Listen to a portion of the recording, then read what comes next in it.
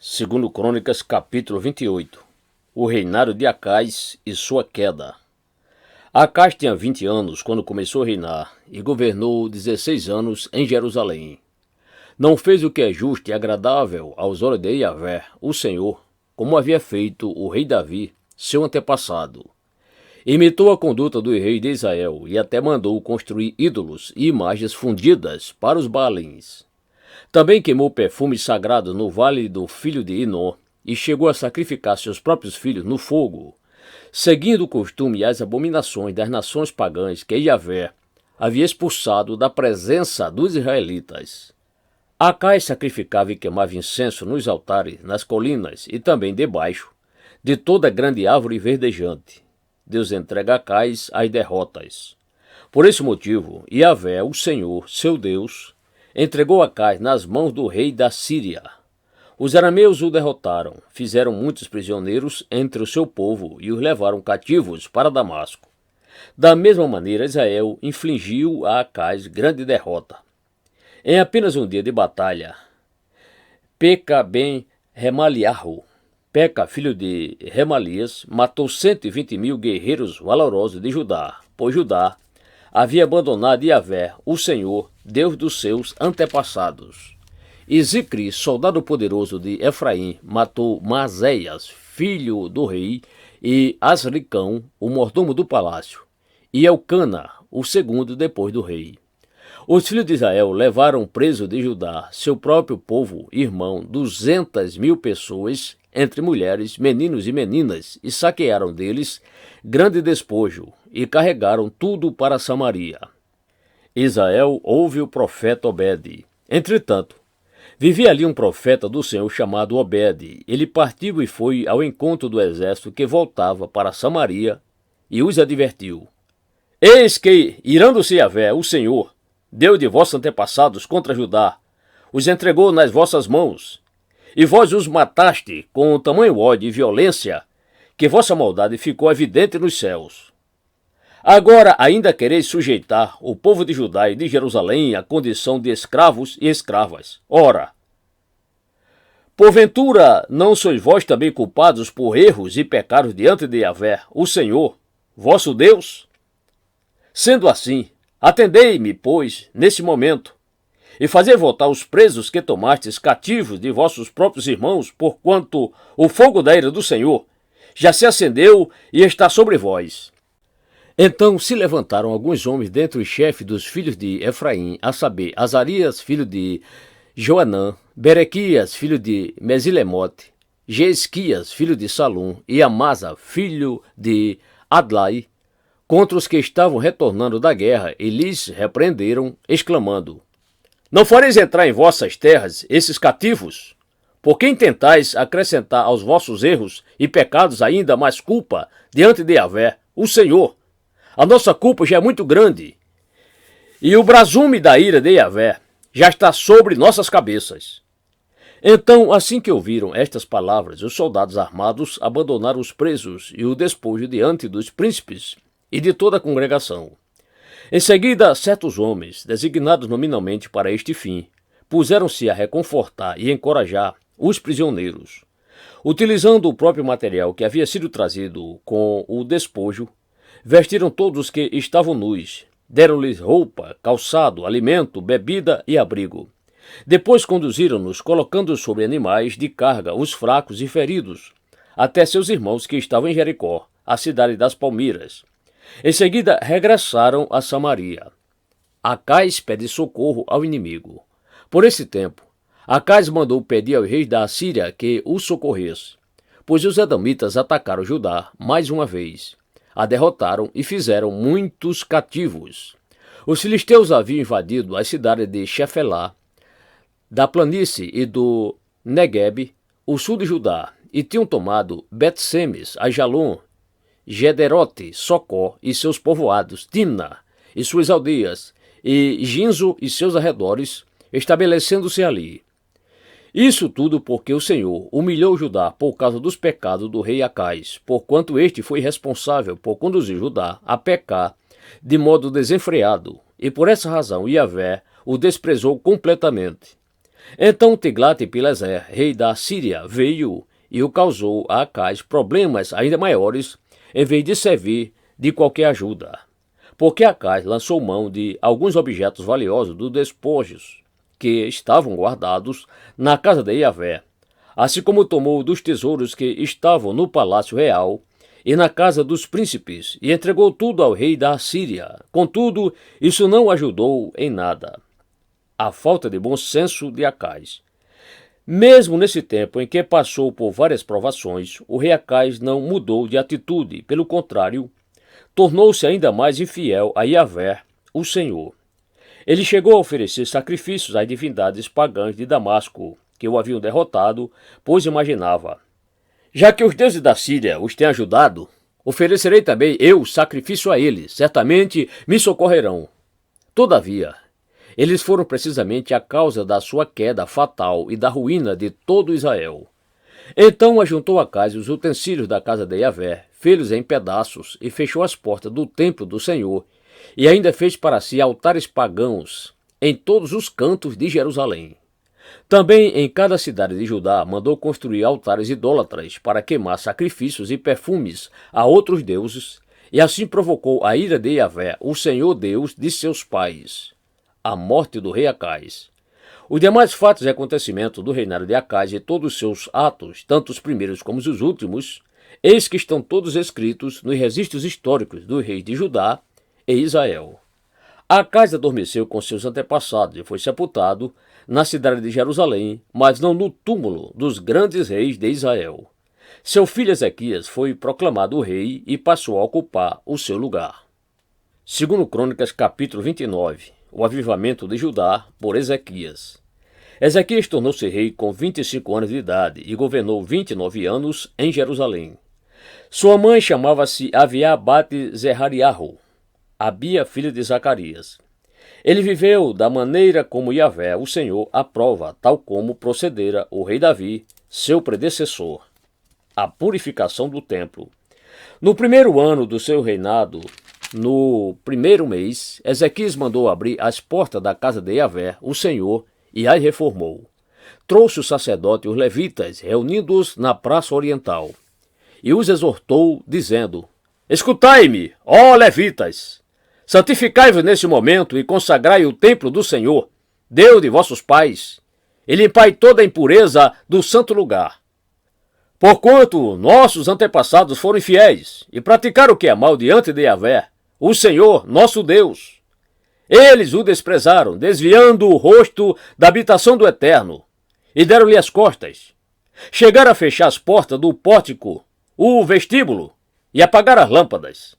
Não queimaram incenso sagrado, nem apresentaram holocausto no santuário, em devoção ao Deus de Israel. Por esta razão veio grande ira da parte de Iavé sobre Judá e Jerusalém, e todo o povo foi transformado em motivo de horror, desespero e zombaria, como vós o estáis contemplando com os próprios olhos. Porque nossos pais caíram à espada, e por isso nossos filhos, filhas e mulheres estão presos, vivendo como escravos.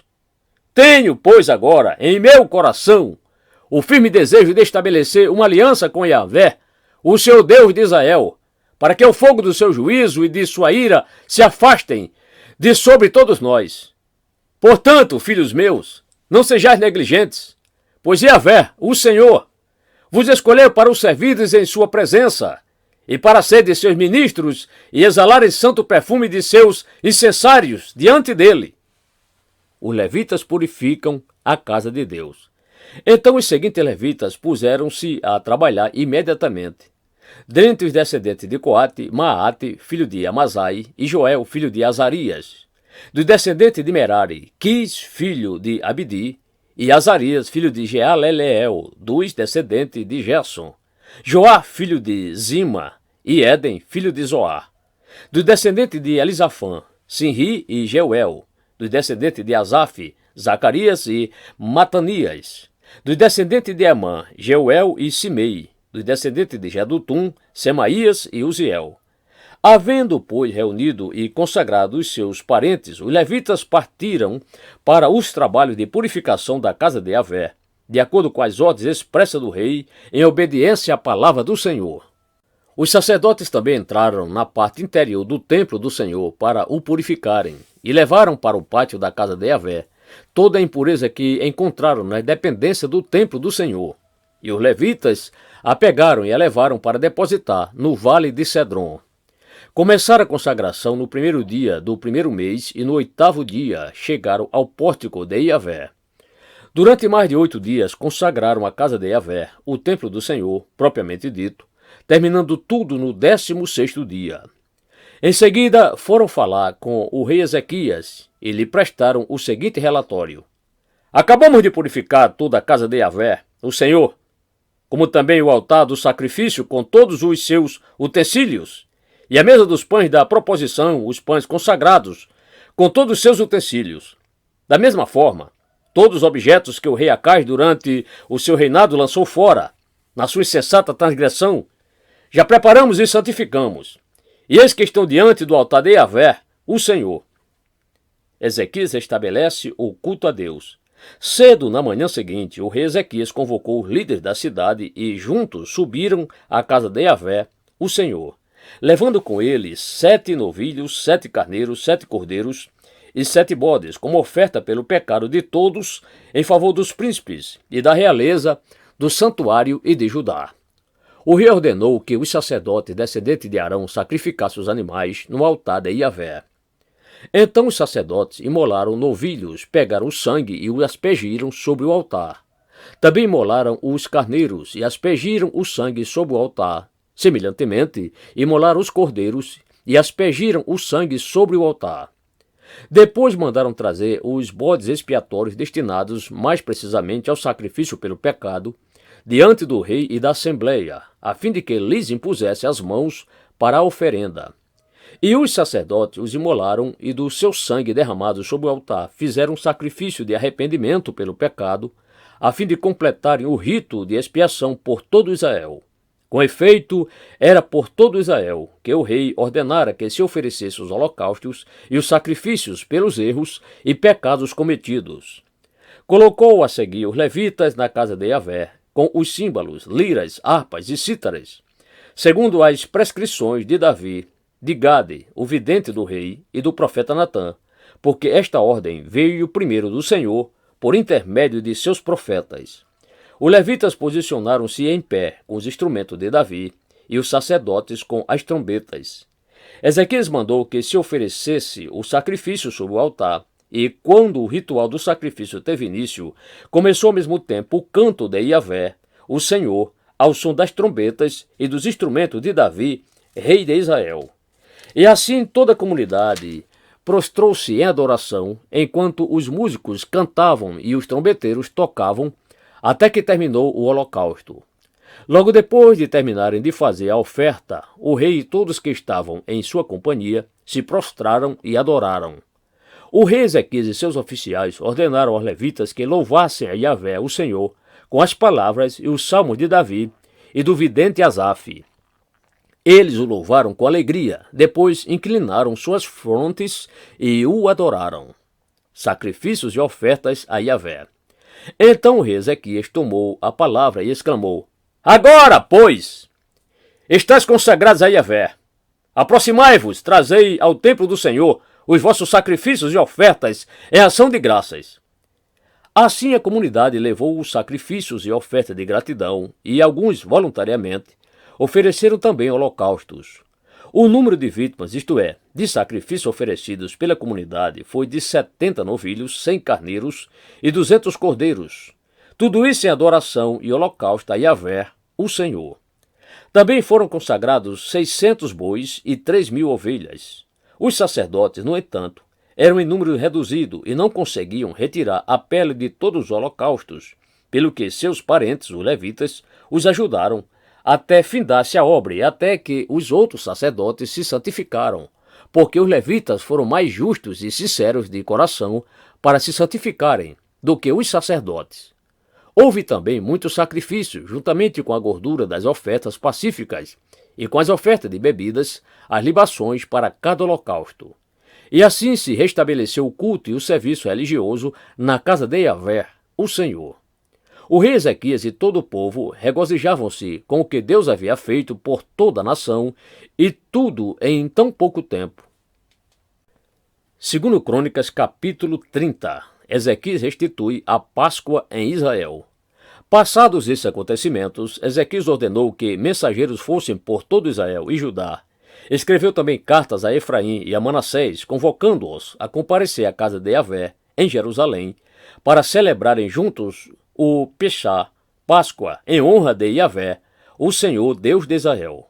Porquanto o rei havia chegado a um consenso com os seus príncipes oficiais de toda a comunidade em Jerusalém, a fim de realizarem o sacrifício da Páscoa no segundo mês.